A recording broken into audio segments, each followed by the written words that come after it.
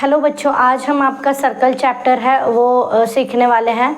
तो देखो आपके जो पार्ट 1 के जो चैप्टर्स हैं उनके जो प्रैक्टिस सेट है वो अपने चैनल पर ऑलरेडी अपलोड हो चुके हैं। अगर आपको देखना है तो आप वहाँ पे प्लेलिस्ट में जाके देख सकते हो और चैनल को सब्सक्राइब करो। हम जो आपका सर्कल है वो पूरा डिटेल में आज पढ़ने वाले हैं, ठीक है। तो देखो सर्कल चैप्टर हम पढ़ने वाले हैं, उससे पहले जो बेसिक इंट्रोडक्शन है वो हम देखेंगे, ठीक है। तो देखो ये तो हमें पता है,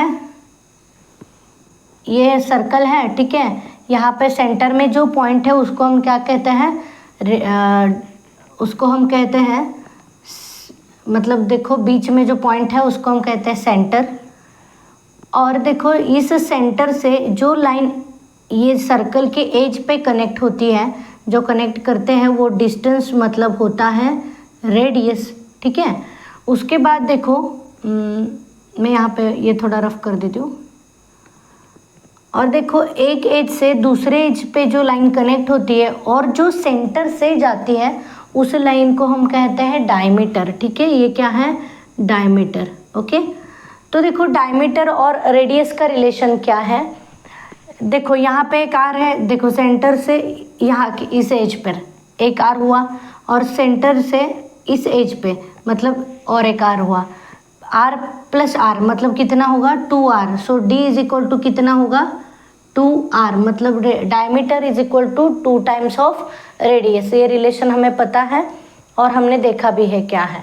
उसके बाद देखो हम देखेंगे कि ये जो लाइन है एक एज से दूसरे एज पे कनेक्ट होती है, उसको हम कहते हैं कॉर्ड, ओके। बट देखो ऐसा स्पेसिफिकली ऐसा नहीं है कि वो सेंटर में से ही जानी चाहिए। जो सेंटर में से जाती है उसको हम डायमीटर कहते हैं, और जो ऐसे लाइन है सर्कल में जो एक एज से दूसरे एज पे कनेक्ट होते हैं उसको हम क्या कहते हैं, कॉर्ड कहते हैं, ठीक है।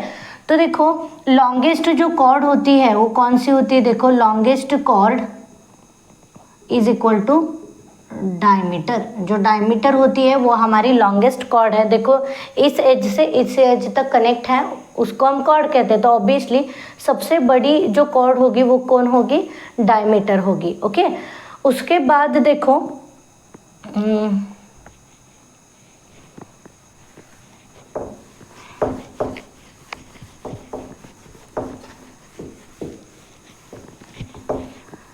उसके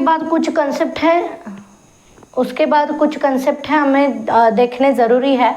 तो देखो सर्कल है और यहाँ पे सेंटर में अगर रेडियस है, यहाँ पे एक होगी कॉर्ड, ठीक है, इसको हम कॉर्ड कहते हैं। सेंटर में से अगर हमने एक स्ट्रेट लाइन मतलब परपेंडिकुलर लाइन अगर हमने इस कॉर्ड पे डाली तो वो जो है इस कॉर्ड के इक्वल पार्ट्स करता है, मतलब इस कॉर्ड को बाइसेक्ट करता है, ठीक है।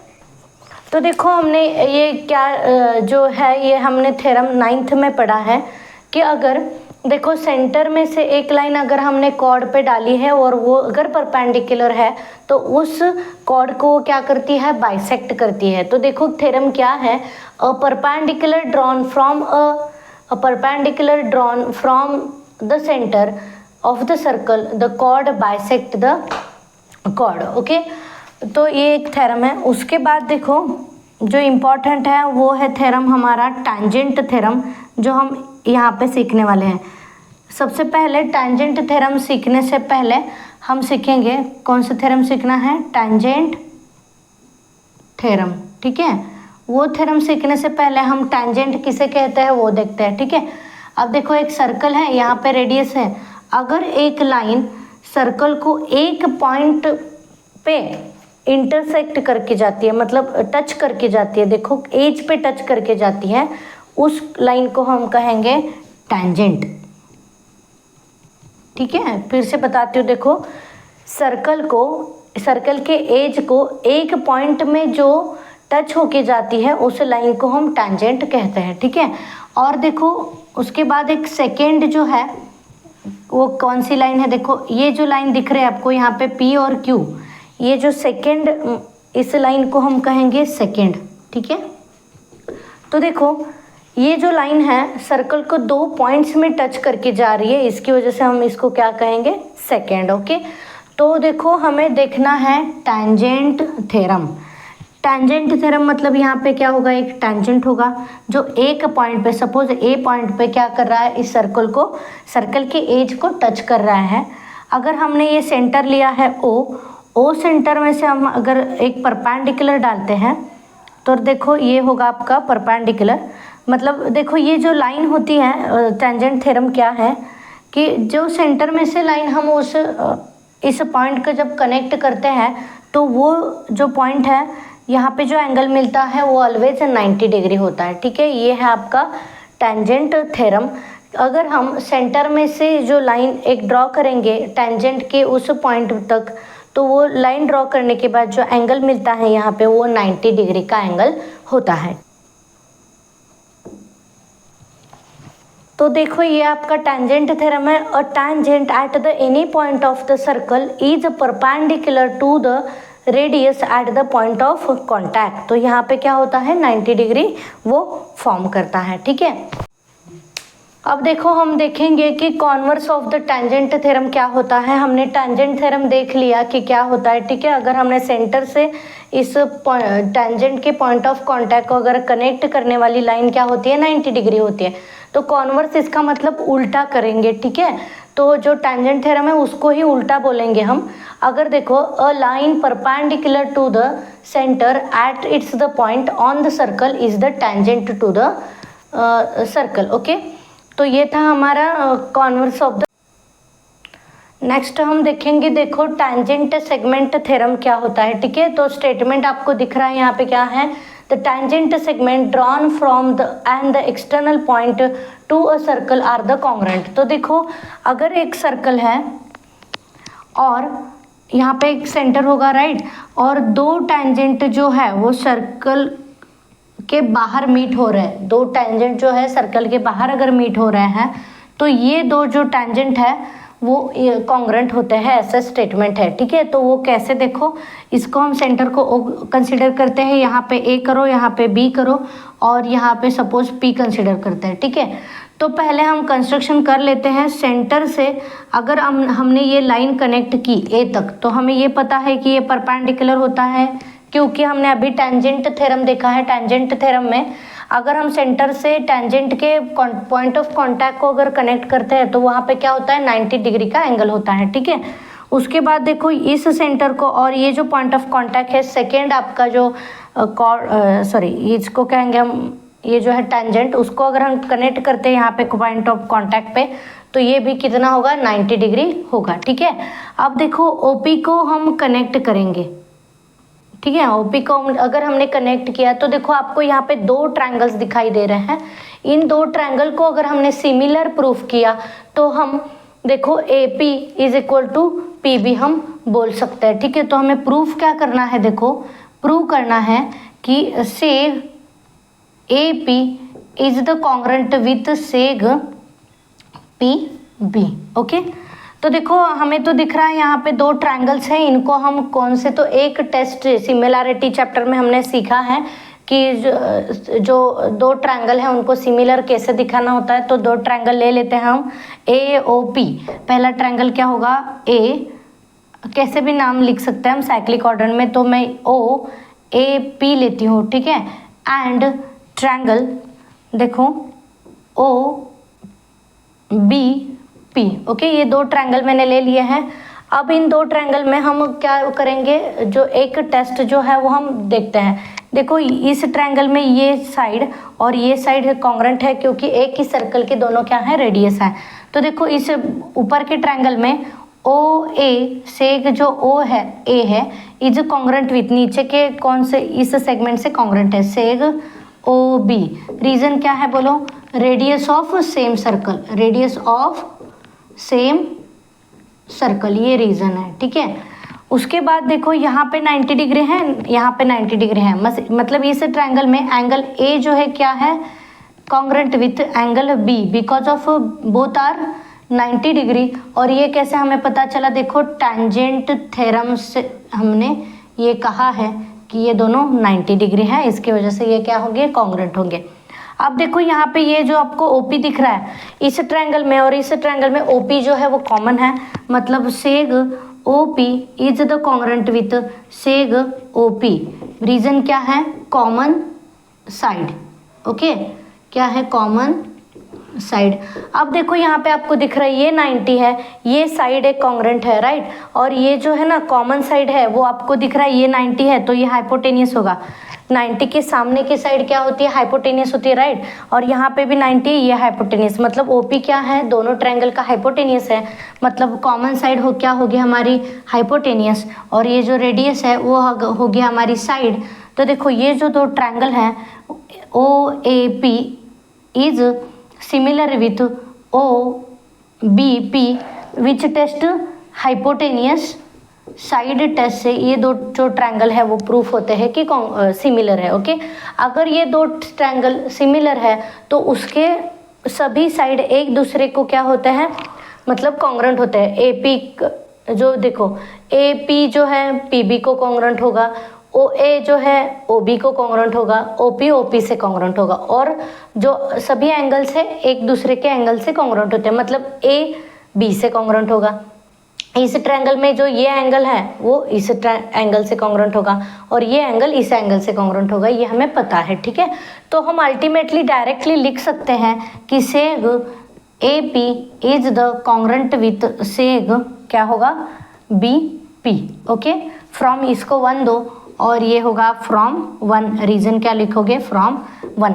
तो ये हमें समझ में आ रहा है कि देखो क्या देखा हमने, अगर दो टेंजेंट, ये थ्योरम क्या है इसका कंसेप्ट समझ लो पहले।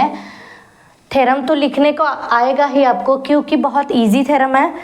दो ट्रायंगल कंस्ट्रक्ट हो ही जाते हैं, उनको अगर आपने कॉन्ग्रेंट सिमिलर प्रूफ किया तो आपको ये थ्योरम तो इजीली लिखने को आएगा।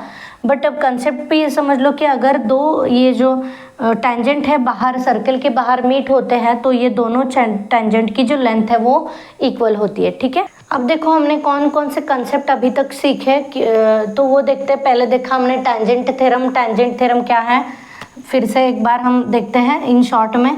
ये सर्कल है, यहाँ पे सेंटर है, अगर ये यहाँ पे टेंजेंट होगा, ये कॉन्टैक्ट होगा, जो सेंटर से लाइन ड्रॉ होगी इस टेंजेंट पे वो क्या होगी? परपेंडिकुलर। ये है टेंजेंट थ्योरम, ठीक है। तो कॉन्वर्स क्या है उसका उल्टा। अगर ये देखो अगर हमने क्या सेंटर में से जो लाइन ड्रॉ की है वो अगर 90 डिग्री होगी तो ये क्या होगा? टेंजेंट होगा। ये हमने कॉन्वर्स सीखा। उसके बाद देखो टेंजेंट सेगमेंट थ्योरम है। अगर ये एक सर्कल है, यहाँ पे अगर सेंटर है तो दो जो टेंजेंट है अगर सर्कल के बाहर मीट होते हैं तो ये जो दो टेंजेंट की यहाँ पे हमें लेंथ मिलती है, सपोज ये M है, R है, यहाँ पे N है, तो MR is equal to MR is equal to NR। ये लेंथ हमारी क्या होती है? इक्वल होती है। ये हमने देखो हम प्रैक्टिस सेट आपका जो है 3.1 स्टार्ट करते हैं, ठीक है। तो पहला क्वेश्चन आपको दिख रहा है यहाँ पे क्या है? A center of the circle with the center C is the 6 centimeter. The line AB is the tangent at a point A. तो यहाँ पे फिगर दिख रहा है, C आपको सेंटर है, यहाँ पे A मतलब टेंजेंट का कॉन्टैक्ट पॉइंट है, और यहाँ पे B है, ठीक है। तो अब हम क्वेश्चन जो है वो पहला देखते हैं क्या है। What is the measure of CAB? देखो CAB ये जो एंगल है वो कितना होगा हमें पता है? 90 डिग्री का होगा, क्योंकि ये कौन सा थ्योरम है? टेंजेंट थ्योरम में से हमें पता है। क्वेश्चन नंबर 1 का जो आंसर है वो क्या होगा? Angle CAB is equal to 90 degree, और उसका रीजन है मतलब y बोला है ना, तो y का रीजन है बिकॉज ऑफ टेंजेंट थ्योरम, ठीक है। उसके बाद सेकेंड क्वेश्चन देखते हैं। देखो what is the distance of point C from the line AB? तो देखो C पॉइंट और AB में कितना डिस्टेंस है, तो हमें दिख रहा है कितना है? रेडियस इतना डिस्टेंस है। ऑब्वियसली हमें पता है कि जो टेंजेंट है वो कहाँ पे होता है? सर्कल के एज पे। अगर हम सेंटर मतलब ये सेंटर जो है, सेंटर में से अगर AB का डिस्टेंस निकालेंगे वो तो कितना होगा? 6 सेंटीमीटर। तो क्वेश्चन नंबर 2 का आंसर है द डिस्टेंस जो है वो कितना होगा? Distance is 6 centimetre. और रीजन वाई, क्योंकि जो रीजन है वो हम लिखेंगे the distance between tangent and radius, tangent and center is a radius, ठीक है। ये हो गया आपका सेकेंड क्वेश्चन। ठीक है। अब हम जो है थर्ड और फोर्थ क्वेश्चन का जो सोल्यूशन है वो देखते हैं। मैं यहाँ पे रफ कर देती हूँ फर्स्ट और सेकेंड का सोल्यूशन। अब थर्ड का देखते हैं। देखो डिस्टेंस हमें ए बी दिया है 6, यहाँ पे दिख रहा है आपको ए बी जो है वो 6 सेंटीमीटर है। तो हमें बी सी का डिस्टेंस यहाँ पे हम कनेक्ट कर लेते हैं बी सी, ठीक है। बी सी का डिस्टेंस हमें फाइंड आउट करना है। अब देखो यहाँ पे आपको दिख रहा है कि एक राइट एंगल ट्रायंगल है, यहाँ पे 6 सेंटीमीटर है, यहाँ पे 6 सेंटीमीटर है, तो ये हो गया आपका हाइपोटेनियस। तो पाइथागोरस थ्योरम आप इस ट्रायंगल में यूज करके जो बी सी है वो निकाल सकते हो, ठीक है। सो देखो in triangle C A B क्या यूज करेंगे, पाइथागोरस थ्योरम हम यूज करेंगे, ओके। अब देखो पाइथागोरस थ्योरम क्या कहता है, हाइपोटेनियस स्क्वायर हमें पता है, hypotenuse square is equal to base square plus height square, okay. Hypotenuse क्या है, B C square is equal to base कितना है 6 स्क्वायर प्लस हाइट भी कितनी है 6 स्क्वायर। 6 का स्क्वायर होगा यहाँ पे 36 plus 36 B C square, okay. तो देखो B C square is equal to, इनको ऐड करते हैं तो हमें मिलता है 72, ओके। तो यहाँ पे ऐड करने के बाद 72। अब दोनों तरफ हम स्क्वायर रूट डालेंगे क्योंकि यहाँ का स्क्वायर हमें निकालना है। स्क्वायर रूट कैंसिल आउट हो जाएगा तो यहाँ पे होगा B C is equal to √72। अब इसको हम थोड़ा सिंप्लीफाई करके लिखते हैं, 36 से इंटू 2 करते हैं तो 72 ही आता है। अब देखो 36 अंडर रूट के जो है वो बाहर आके कितने होंगे 6√2। So B C is equal to हमें क्या मिला है 6√2, ओके। उसके बाद देखो हमें फोर्थ क्वेश्चन जो है वो देखना है। ये था आपका थर्ड का सोल्यूशन। अब फोर्थ क्वेश्चन देखते हैं। फोर्थ जो क्वेश्चन है, what is the measure of the angle A B C. जो एंगल ए बी सी कहाँ पे है, देखो ए बी सी मतलब ये एंगल हमें फाइंड आउट करना है।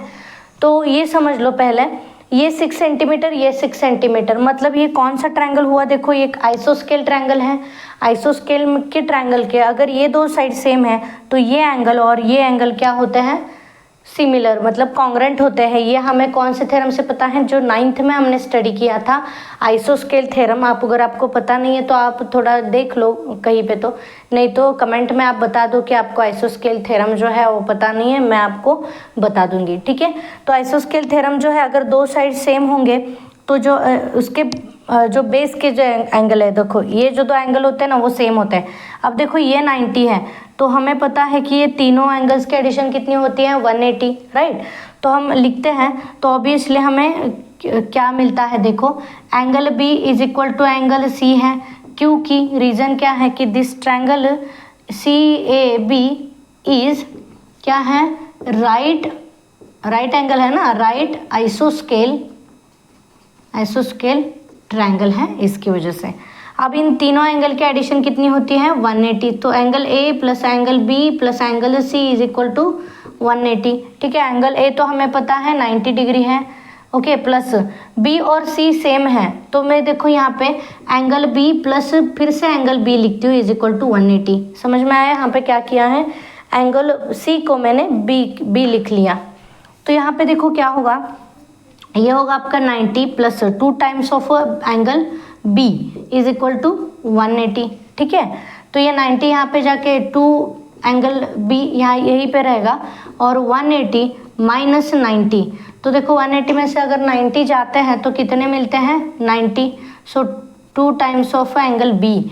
सो देखो एंगल बी को यहीं पे रखो, ये जो 2 है यहाँ पे मल्टीप्लाई को है, वहाँ जाके क्या होंगे डिवाइड। सो 90 डिवाइडेड बाई 2 मतलब angle B is equal to 45 degree.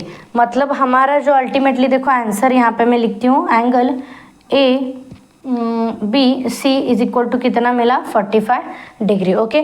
तो नेक्स्ट क्वेश्चन जो है हम नेक्स्ट वीडियो में करेंगे, क्योंकि अभी हमने देखो इंट्रोडक्शन में बहुत सारा कुछ सीखा है, इसकी वजह से ये जो वीडियो है वो बहुत बड़ा हो जाएगा। अब नेक्स्ट जो क्वेश्चन नंबर 2nd 3rd है जो है वो हम नेक्स्ट वीडियो में करेंगे। थैंक यू फॉर वॉचिंग और चैनल को सब्सक्राइब कर लो। अगर आपको ये पूरा जो चैप्टर है अच्छे से सीखना है तो कंटिन्यू बने रहना, ठीक है।